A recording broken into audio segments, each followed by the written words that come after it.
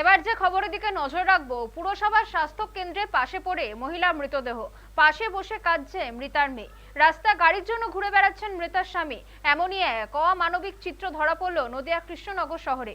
পরিবার সূত্রে জানা গিয়েছে মৃতার নাম জাহেরা বিবি। তিনি কিডনির সমস্যায় ভুগছিলেন। তার বয়স আনুমানিক 45 থেকে 50। শুক্রবার অসুস্থ হয়ে পড়ায় বসে চেপে হাসপাতালে যাচ্ছিলেন চিকিৎসার জন্য।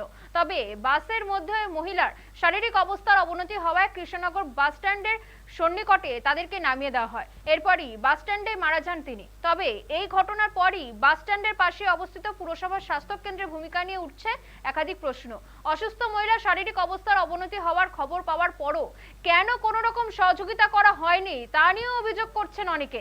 এমনকি মৃতার দেহ বাড়ি পাঠানোর জন্য কোনো রকম শববাহী যানের ব্যবস্থাও কেন করা হয়নি তা নিয়েও উঠছে প্রশ্ন।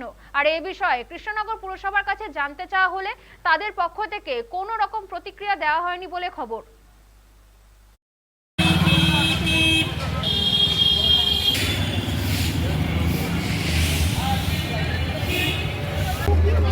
আসছিলেন?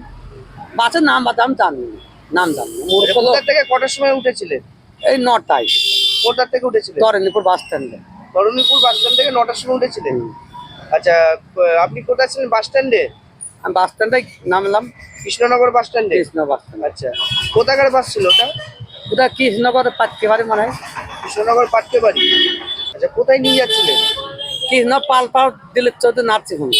ওখানে কি কি হতো ওটা? ওই ডায়ালিসিস তোমার জল বের করা হয়তো আর রক্তটা শোধন করা হয়তো।